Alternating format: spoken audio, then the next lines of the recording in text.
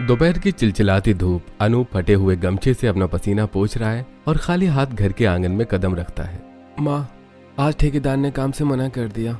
बोला कि अब खुदाई का काम खत्म हो गया है, कल से काम पर मत आना। पर बेटा, अब घर में तो मुट्ठी भर चावल भी नहीं बचे, कल का दिन कैसे निकलेगा? क्या करूँ माँ, पूरा शहर छान मारा, कहीं ईंट ढोने का काम तक नहीं मिला। ऐसा लगता है जैसे किस्मत ने ही हमसे नाता तोड़ लिया है। जब से तेरे बाबूजी गए हैं, गरीबी हमारे सीने पर पत्थर बन के बैठ गई है। तू मेरा जवान बेटा है, तुझे भूखा देखती हो तो मेरा कलेजा फट जाता है। तभी रामू चाचा दीवार के पास आकर खड़े होते हैं, हाथ में लाठी है। अरे शांति, तू कब तक ऐसे रोती रहेगी? अनूप अब बच्चा नहीं रहा, घर में अकेली जान कब तक पिसेगी? मेरा मान तो अनूप के लिए कोई सहारा ले आ। सहारा? कैसा सहारा चच्चा? रोटी के लाले पड़े हैं और आप सहारे की बात कर रहे हो? बहू ले आ शांति, बहू। घर में लक्ष्मी आएगी तो दिन फिरेंगे। पड़ोस के गांव में एक लड़की है शालिनी, गरीब घर की है पर सुंदर और बहुत संस्कारी है। अनूप का हाथ बटाएगी तो तेरा घर संभालेगी। चाचा, खुद के खाने का ठिकाना नहीं है और आप ब्याह की बात कर रहे हो, क्या उसे भी भूखा मारूं? बेटा, अकेला आदमी कुछ नहीं कर पाता। जब दो लोग साथ होते हैं तभी ताकत बनती है। निर्मला की उम्र देख, कल को अगर उससे कुछ हो गया तो तू पूरी तरह टूट जाएगा। कुछ महीनों बाद एक छोटे से कमरे में शालिनी नई दुल्हन के लिबास में बैठी है। अनूप कमरे में आता है। शालिनी, तुम्हें इस घर में लाकर मैंने शायद गलती कर दी। यहाँ सिवाय अभाव के और कुछ भी नहीं है। जी, आप ऐसा क्यों बोल रहे हैं? गरीबी कोई पाप थोड़ी ना है, बस एक दौर है जो गुजर जाएगा। आप बस हिम्मत मत हारिए। अब मैं आ गई हूँ ना। तुम्हें डर नहीं लगता? शहर की लड़कियां तो ऐसा घर देखकर ही भाग जाती हैं। मैं शहर की नहीं, मिट्टी की बेटी हूँ। मिट्टी को सोना बनाना जानती हूँ।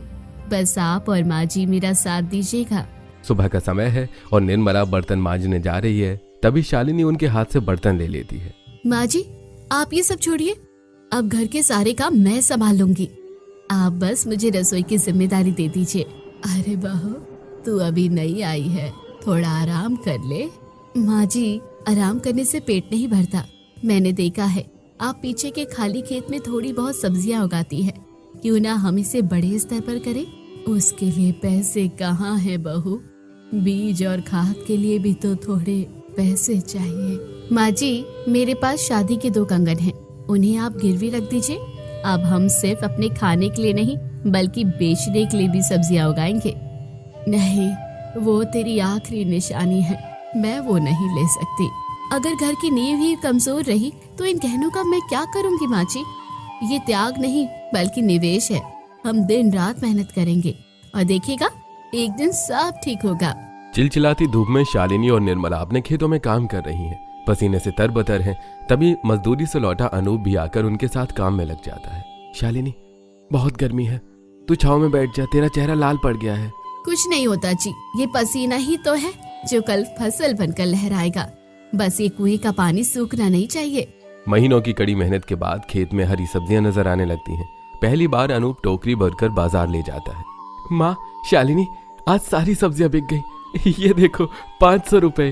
बेटा, आज महीनों बाद घर में घी का दिया चलेगा। गर्मी अपने चरम पर है, लू चल रही है, सब्जियां सूखने लगी हैं। अनूप घर लौटता है, हाथ में 2 बड़े तरबूज हैं।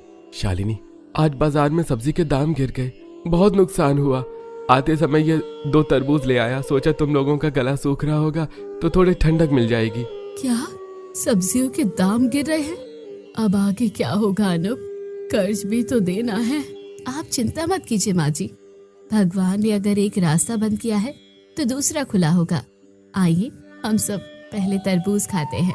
तीनों मिलकर तरबूज खाते हैं। निर्मला तरबूज के छोटे छिलकों को एक टोकरी में इकट्ठा करके बाहर फेंकने जाने लगती है। रुकिए माँ जी, इन्हें फेंकिए मत।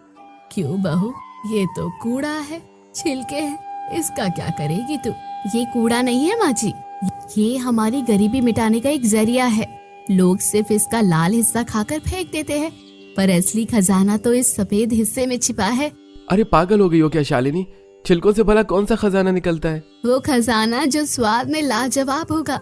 माँ जी, चलिए मसाले निकालिए। आज हम तरबूज के छिलकों का एक ऐसा अचार बनाएंगे जिसे आज तक इस पूरे जिले ने कभी नहीं चखा होगा। क्या शालिनी का ये अजीबोगरीब प्रयोग सफल हो पाएगा? चलिए आगे देखते हैं। शाम का समय है, रसोई में हल्का सा धुआं फैला है। शालिनी पूरे ध्यान से तरबूज के छिलकों का हरा हिस्सा छील रही है और उन्हें छोटे छोटे टुकड़ों में काट रही है। पास ही खड़ी निर्मला ये सब काम शक भरी नजरों से देख रही है। बहू तू पागल तो नहीं हो गई है क्या? लोग छिलके जानवरों को डालते हैं और तू इनमें तेल मसाला फूंक रही है। पहले ही घर में तंगी है, ऊपर से ये तेल की बर्बादी। माँ जी, अगर माँ अन्नपूर्णा की कृपा रही ना तो ये बर्बादी नहीं, हमारी किस्मत की चाबी बनेगी। बस जरा सा राई, कलौंजी और सौंफ दे दीजिए। रात का समय है। अनूप काम से थका हारा घर लौटा है। थाली में रोटी और अचार का एक टुकड़ा रखा है। ये क्या है शालिनी? आम का अचार तो खत्म हो गया था, फिर ये नया अचार कहाँ से आया? आप पहले से खाकर तो देखिए, फिर बताऊंगी। जैसे अनूप अचार का एक टुकड़ा मुंह में डालता है वैसे उसके चेहरे के भाव बदल जाते हैं। पहले हैरानी, फिर संतुष्टि। अरे वाह, ये तो बहुत ही चटपटा और क्रंची है। कटहल का है क्या, या फिर कोई नई सब्जी? अरे बहुत लाजवाब स्वाद है यार। बेटा, जिसे तू चाव से खा रहा है वो वही तरबूज के छिलके हैं जिन्हें मैं फेंकने जा रही थी। क्या छिलके? शालिनी तुम हमें कूड़ा खिला रही हो? ये कूड़ा नहीं है जी, ये आपकी बीवी के हाथों का जादू है। क्या आपको स्वाद में कोई कमी लगी? नहीं, स्वाद तो सच में कमाल है, पर लोग क्या कहेंगे? तरबूज के छिलके का अचार सुनकर ही लोग मुंह बनाएंगे। अगली सुबह शालिनी आंगन में बैठी धूप में अचार की बरनी सुखा रही है। सुनिए जी, आज जब आप शहर काम पर जाइएगा तो ये छोटा सा डब्बा भी अपने साथ ले जाइएगा और अपने साथ काम करने वाले मजदूरों को भी इसका स्वाद चखाइएगा। अरे नहीं बाबा, सब मेरा मजाक उड़ाएंगे, कहेंगे कि मजदूरी में इतने भी बुरे दिन आ गए कि अब ये छिलके खा रहा है। मजाक वो उड़ाते हैं जिनके पास खुद का कोई आइडिया नहीं होता। आप बस मेरे खाते ले जाइए, अगर किसी को पसंद ना आए तो मत बताइएगा कि ये क्या है। अरे भाई अनूप भाई, आज डिब्बे में खुशबू बड़ी तंगड़ी आ रही है, क्या लाया है? कुछ नहीं भाई, बस घर का अचार है। अरे वाह, ये तो बड़ा गजब है, एकदम कुरकुरा। अनूप, ये किस चीज का है? वो असल में तरबूज का अचार है। अनूप की बात सुनकर सारे मजदूर चुप हो जाते हैं। सब मजदूर एक दूसरे की ओर देखने लगते हैं। अरे तरबूज का अचार? अरे मजाक मत कर भाई। मेरी घरवाली ने बनाया है, जो सफेद हिस्सा हम फेंक देते हैं ना, उसी से बनाया है। अरे भाई, तेरी घरवाली के हाथ में तो जादू है, कसम से। अगर ये बाजार में बिके तो लोग टूट पड़ेंगे। कल थोड़ा और लाएगा क्या? सच में बहुत अच्छा लगा।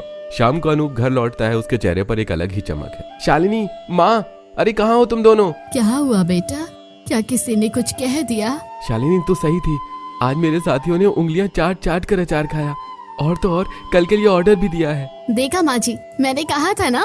सब ठीक है, पर बहू अब अचार बनाने के लिए तरबूज कहाँ से आएंगे? हमारे पास तो सिर्फ 2 ही थे और बाजार से खरीदने के पैसे कहाँ हैं? यही तो असली चुनौती है माँ जी। अब हमें खुद तरबूज उगाने होंगे, पर उससे पहले हमें गांव के उन लोगों के पास जाना होगा जो तरबूज बेचते हैं और छिलके फेंक देते हैं। उसके बाद शालिनी और निर्मला गांव के एक बड़े फल विक्रेता बनवारी काका के पास जाती है। बनवारी काका, आपके यहाँ जो तरबूज के छिलके बचते हैं, क्या वो हम ले जा सकते हैं? हम आपको कुछ पैसे भी दे देंगे। अरे अरे रे रे, ये दिन भी देखने थे। अरे निर्मला की बहू अब कूड़ा बीनने लगी है। क्यों क्यों बहू, घर की चौखट छोटी पड़ गई क्या, जो अब गली के कचरों में अपना भविष्य ढूंढ रही है? भाई वो बस। अरे जाओ जाओ यहाँ से, मेरा वक्त बर्बाद मत करो। और हाँ, ये भिखारीपना कहीं और जाकर दिखाओ, मेरा ठेला गंदा मत करो, जाओ। ये बातें सुनकर शालिनी की आंखों में आंसू आ जाते हैं, लेकिन फिर भी वो हिम्मत नहीं हारती और कहती है, काका, आज जिसे आप कचरा कह रहे हो ना, कल इसी को खरीदने के लिए आप लाइन में लगोगे, याद रखिएगा। घर लौटकर शालिनी रोती नहीं बल्कि अपने कंगन उतारकर अनूप को देती है। ये लीजिए, इन्हें बेच दीजिए। अब हमें किसी के आगे हाथ फैलाने की जरूरत नहीं है। अब हम अपने ही खेत में तरबूज उगाएंगे। मैं दिन रात एक कर दूंगी, लेकिन अब ये काम रुकना नहीं चाहिए। शालिनी, मैं तुमसे वादा करता हूँ, तेरी यह कुर्बानी यूं ही जाया नहीं जाएगी। हम इस पूरे गांव को दिखा देंगे कि मेहनत क्या होती है और आत्मसम्मान किसे कहते हैं। क्या शालिनी और अनूप की मेहनत रंग लाएगी? क्या गांव का कचरा सच में सोना बनेगा? चलिए आगे देखते हैं। अब अनूप शालिनी के कंगन को लेकर सुनार के पास जाता है और उसके बदले कुछ पैसे लेकर आता है। शालिनी, अब तेरे कंगन भी चले गए, हाथ सोने हो गए तेरे। मुझे खुद को माफ करने में बहुत समय लगेगा। अरे जी, कंगन हाथ की शोभा बढ़ाते थे, पर ये पैसे हमारे घर की इज्जत बचाएंगे। आप उदास मत होइए, बीज मिल गए। हाँ, सबसे अच्छी क्वालिटी के तरबूज के बीज लाया हूँ, पर बाजार में सब पूछ रहे थे कि बेमौसम तरबूज क्यों उगा रहे हो भाई। सब मजाक उड़ा रहे थे मेरा। खैर कोई बात नहीं। उड़ाने दो मजाक। जब पेट खाली होता है ना तो दुनिया की हंसी सुनाई नहीं देती। बहू, अब कल हम सुबह से ही खेत में लग जाएंगे। दोपहर की चिलचिलाती धूप है। निर्मला और शालिनी खेत में कुदाल चला रही हैं। पसीने से उनके कपड़े भीग चुके हैं। तभी गांव की कुछ औरतें वहां से गुजरते हुए कहती हैं, अरे देखो, खानदान की नाक कटा दी इस बहू ने। सुना है अब कचरे का अचार बेचेगी। मजबूरी है बहन, अनूप की नौकरी जो छूट गई, पर छिलके बेचना, राम राम राम। इससे अच्छा तो कहीं मांग कर ही खा लेते ये सब। काकी, हाथ फैलाने में शर्म आती है, हाथ चलाने में नहीं। आज आप मजाक उड़ा रही हैं, कल इसी मेहनत का स्वाद लेने खुद चल कर आएंगी। शालिनी फिर से काम में जुट जाती है। उसके हाथों में छाले पड़ गए हैं, पर वो रुकती नहीं है। कुछ महीने बाद खेत हरे भरे तरबूजों से भर गया है। पूरा गांव हैरान है कि इतनी गर्मी में भी फसल इतनी अच्छी कैसे। शालिनी, फसल तो कमाल की हुई है, पर अब इन्हें बेचेंगे कैसे? मंडी में तो बहुत कम दाम मिल रहे हैं। हम सिर्फ तरबूज नहीं बेचेंगे, हम एक कॉम्बो बनाएंगे। माँ जी, आप और मैं मिलकर तरबूज का लाल हिस्सा अलग करेंगे और सफेद हिस्सा अलग। मतलब ये क्या नई जुगत है? हम बाजार के नुक्कड़ पर रेहड़ी लगाएंगे। लाल हिस्से का ठंडा ठंडा ताज़ा जूस निकाल कर बेचेंगे। गर्मी में सब पियेंगे और जो छिलके बचेंगे उनका तुरंत घर ले जाकर अचार बनाएंगे। यानी एक भी चीज बर्बाद नहीं होगी। बाजार के मुख्य चौराहे पर अनूप ने एक छोटी सी रेहड़ी लगाई है। शालिनी और निर्मला पीछे बड़े मटकों में जूस भरकर खड़ी हैं और बगल में छोटे छोटे डिब्बों में अचार के सैंपल्स रखे हैं। अरे ओए अनूप, अब तू जहाँ जूस बेचेगा हैं? बगल में मेरी दुकान है, यहाँ किसी को खड़ा नहीं होने दूंगा। काका, थोड़ा सा कोना चाहिए बस। अरे चल हट यहाँ से, पता नहीं ये कचरा बेचने वाले कहाँ कहाँ से आ जाते हैं। काका, ये सड़क सबकी है, हम किसी का हक नहीं छीन रहे। ईमानदारी से रोजी कमा रहे हैं। अगर हमारा सामान खराब हुआ तो हम खुद ही चले जाएंगे। बस एक मौका दीजिए, लोग खुद फैसला कर लेंगे। उसी वक्त वहाँ एक राहगीर गर्मी से परेशान होकर रुकता है। अरे भैया, बहुत प्यास लगी है, एक गिलास जूस देना। कितना हुआ? सिर्फ 10 रुपए बाबूजी। राहगीर जूस पीता है। उसके बाद शालिनी उसे एक छोटा चम्मच अचार चखाती है। भैया, ये हमारे घर का बना तरबूज का अचार है, एक बार चख कर देखिए, पैसे नहीं लगेंगे। अरे ये क्या चीज है, इतना चटपटा? मैंने आज तक ऐसा कुछ नहीं खाया। ये किस चीज का है बहन? तरबूज का अचार है भैया। क्या, तरबूज का? भाई मुझे 2 किलो पैक कर दो, मेरी पत्नी को ये बहुत पसंद आएगा। और ये जूस भी 2 गिलास और दो। देखते ही देखते अनूप की रेहड़ी पर भीड़ लग जाती है। निर्मला जूस निकालने में थक रही है और शालिनी अचार के डिब्बे बेच रही है और उधर बनवारी काका अपनी खाली दुकान से जल भुन कर देख रहे हैं। बहू, सारे डिब्बे खत्म हो गए। लोग तो जूस से ज्यादा अचार मांग रहे हैं। आज की कमाई 4000 रुपए। माँ, ये तो मेरी 10 दिन की मजदूरी से भी ज्यादा है। ये तो बस अभी शुरुआत है, अभी तो पूरा गांव जानेगा कि जिसे वो फेंकते थे वो असल में क्या है। रात का समय है, घर में सब खुश हैं। तभी अचानक बाहर से कुछ शोर सुनाई देता है। अनूप बाहर भागता है और देखता है कि उसकी फसल के एक हिस्से में किसी ने आग लगा दी है और बाकी को रौंद दिया है। नहीं, मेरी फसल, ये किसने किया? हाय राम, ये तो जल रही है हमारी मेहनत, हमारी उम्मीदें। गुस्से और आंसुओं के बीच शालिनी जलते हुए खेत को देखती रहती है। तभी उसकी नजर दूर खड़े एक साए पर पड़ती है जो भाग रहा है। वो बनवारी का आदमी है। जला लो, जितना जलाना है जला लो, पर मेरे हौसले को नहीं जला पाओगे। कल हम फिर खड़े होंगे और इस बार पहले से भी बड़े होकर। क्या शालिनी इस हमले का बदला ले पाएगी या जली हुई फसल से भी वो कोई चमत्कार करेगी? चलिए अब आगे देखते हैं। सुबह का वक्त, खेत का एक बड़ा हिस्सा काला पड़ चुका है। अध जले तरबूज जमीन पर बिखरे पड़े हैं। अनूप घुटनों के बल बैठा है, उसकी आंखों से आंसू थम नहीं रहे हैं। अब सब खत्म हो गया शालिनी, सब राख हो गया। जिस कंगन को बेचकर ये बीज बोए थे वो भी सब मिट्टी में मिल गए। अब हम कर्ज कैसे चुकाएंगे? किसकी नजर लग गई हमारे घर को? इतनी नफरत कि किसी गरीब के मुंह का निवाला ही छीन लिया। रोने से आग नहीं बुझती माँ जी, और ना ही पेट भरता है। अनूप जी उठिए, अभी सब खत्म नहीं हुआ है। और क्या बचा है? ये काली राख, ये जले हुए फल। हाँ, ये जले हुए फल भी काम आएंगे। जो हिस्सा पूरी तरह जल गया है उसे खाद बनाएंगे। और जो थोड़ा बहुत बचा है उससे हम स्मोकी फ्लेवर यानी धुएं के स्वाद वाला अचार और जैम बनाएंगे। हम हार नहीं मानेंगे। अब शालिनी उन तरबूजों को चुनती है जिनका छिलका बच गया था। वो रात भर जागकर नया प्रयोग करती है। अगले दिन वो बाजार नहीं बल्कि सीधे शहर की ओर जाने वाली बस पकड़ लेती है। बहू, अकेले शहर जाने की जिद मत कर। गांव में तो लोग पहले ही बातें बना रहे हैं। शहर में कौन अपना मानेगा तुझे। माँ जी, जहाँ अंधेरा ज्यादा होता है वहीं दिए की सबसे ज्यादा जरूरत होती है। गांव की मंडी अब छोटी पड़ने लगी है। अब बड़े बाजार में अपनी किस्मत आजमाने का वक्त है। शहर में एक ऑर्गेनिक फूड फेयर लगा हुआ है जहाँ बड़े बड़े लोग और बिजनेसमैन वहाँ घूम रहे हैं। शालिनी कोने में एक छोटी सी मेज लगाकर बैठती है। उसके पास छोटे छोटे अचार के डिब्बे हैं जो बहुत सलीके से सजे हुए हैं। ये ब्लैक क्या है? क्या ये काला अचार है? Sir, this is smoked watermelon green pickle. ये आग लपटों से निकला स्वाद है। एक बार टेस्ट कीजिए, वेरी नेचुरल। जैसे ही पर्यटक स्वाद चखता है और उसके चेहरे पर एक अलग सी चमक आ जाती है। Oh my God, this is so unique. इसका टेस्ट बहुत अलग है, वेरी क्रंची एंड स्मोकी। धीरे धीरे शालिनी की स्टॉल पर भीड़ लगने लगती है। तभी एक सूट बूट पहने व्यक्ति वहां आता है जो कि एक फूड प्रोसेसिंग कंपनी का हेड है। स्वाद में तो दम है। बेटिया, ये आइडिया तुम्हारा है? तरबूज के छिलके का अचार? जी साहब, हमारे यहाँ लोग इसे कचरा समझकर फेंक देते हैं, पर मैंने इसमें अपनी मेहनत और घर का मसाला डाला है। मुझे अपनी कंपनी के लिए कुछ नया चाहिए था। क्या तुम मुझे हर महीने 500 किलो अचार दे सकती हो? हम तुम्हें कॉन्ट्रैक्ट देंगे। 500 किलो? साहब, मैं तो एक छोटी सी किसान हूँ। हौसला बड़ा रखो बिटिया, और ये लो मेरा कार्ड। कल अपने पति के साथ मेरे ऑफिस आ जाना, हम डील पक्की करेंगे। अब शालिनी अगले ही दिन गांव की उन औरतों को बुलाती है जिन्होंने उसका मजाक उड़ाया था। बहनों, जो मजाक उड़ाना था वो उठ गया। अब काम की बात सुनो, मुझे मदद चाहिए। क्या आप लोग मेरे साथ मिलकर अचार बनाएगी? मैं सबको काम के पैसे दूंगी और इज्जत भी। बहू, हमें माफ कर दे, हमने तुझे नहीं पहचाना। हम तेरे साथ काम करेंगे। अभी तक सब कुछ ठीक चल रहा था, तभी शहर से एक लीगल नोटिस आता है। मिस्टर खन्ना की कंपनी की प्रतिद्वंदी कंपनी ने शालिनी पर आरोप लगाया है कि उसका अचार हाइजीनिक नहीं है और उसने किसी का फॉर्मूला चुराया है। शालिनी, अब ये क्या है? कोर्ट कचहरी? ये बड़ी कंपनियां तो हमें कुचल देंगी। साफ सफाई की बात है ना, तो हम अब दुनिया को दिखाएंगे कि गांव की रसोई शहर की लैब से ज्यादा साफ होती है। अनूप जी, अब हमें डरना नहीं, लड़ना होगा। क्या अब शालिनी कोर्ट में अपनी सच्चाई साबित कर पाएगी? अब इसकी बड़ी डील का क्या होगा और क्या होगा तरबूज के अचार का भविष्य? चलिए आगे देखते हैं। शहर का कोर्ट रूम, एक तरफ महंगे वकील हैं और दूसरी तरफ सहमी हुई निर्मला माँ, अनूप और हौसला पकड़े हुए शालिनी। माय लॉर्ड, ये औरत जिसे अनोखा आविष्कार कह रही है वो असल में एक घटिया और गंदा प्रोडक्ट है।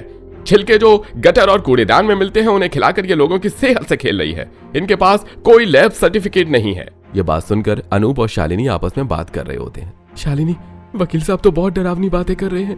क्या अब हम जेल चले जाएंगे? सच्चाई डरावनी नहीं होती है, बस चुप रहिए। जज शालिनी को अपनी बात रखने का मौका देते हैं। शालिनी अपने साथ एक टिफिन लेकर कटघरे में खड़ी होती है। साहब, मैं ज्यादा पढ़ी लिखी नहीं हूँ, पर इतना जानती हूँ कि माँ अपने बच्चे को जहर नहीं देती। ये वकील साहब इसे कचरा कह रहे हैं क्योंकि ये इसे अमीरों की नजर से देख रहे हैं। हम किसानों के लिए मिट्टी भी सोना है।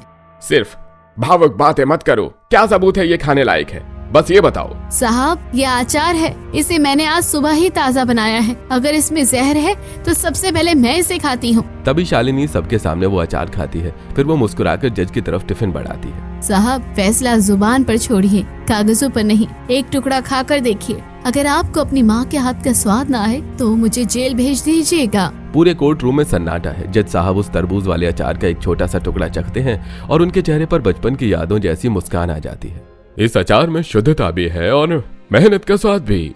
कोर्ट इस शिकायत को बेबुनियाद मानकर खारिज करता है, बल्कि मैं प्रशासन को सुझाव दूंगा कि शालिनी जैसी महिलाओं को लघु उद्योग के लिए सरकार की तरफ से मदद दी जाए। पूरा कोर्ट रूम तालियों से गूंज उठता है। अनूप और निर्मला की आंखों में खुशी के आंसू आ जाते हैं। कुछ महीने बाद गांव में एक छोटा सा शेड बना है जिस पर बोर्ड लगा है, शालिनी गृह उद्योग, तरबूज का अनोखा अचार। गांव की औरतें सफेद टोपी और ग्लव्स पहनकर काम कर रही हैं। अरे कमली, सफाई का पूरा ध्यान रख। अब यह अचार सिर्फ गांव में नहीं, 7 समंदर पार तक जाएगा। शालिनी, देखो, शहर की उसी बड़ी कंपनी का ईमेल आया है। उन्होंने हमारे साथ 5 साल की बड़ी डील पक्की कर ली है। अब हमें ठेले पर जूस बेचने की जरूरत ही नहीं है। बनवारी काका, जो अब काफी बूढ़े और कमजोर लग रहे हैं, फैक्ट्री के दरवाजे पर खड़े हैं। उनके हाथ में तरबूज की एक टोकरी है। बहू, मुझे माफ कर देना। मैंने तेरी फसल जलाई पर तूने पूरे गांव की किस्मत चमका दी। आज मेरा काम ठप है। क्या मुझे अपनी शरण में लेगी? काका, कड़वाहट तो हम अचार में भी नहीं रहने देते, तो मन में क्यों रखे। अब आप हमारे यहाँ फसल सप्लाई करने का काम संभालिए। तो दोस्तों, कहानी यहीं खत्म होती है। कैसे लगी कमेंट बॉक्स से जरूर बताइए। चैनल को अभी तक सब्सक्राइब नहीं किया तो जल्दी जाकर कर लीजिए।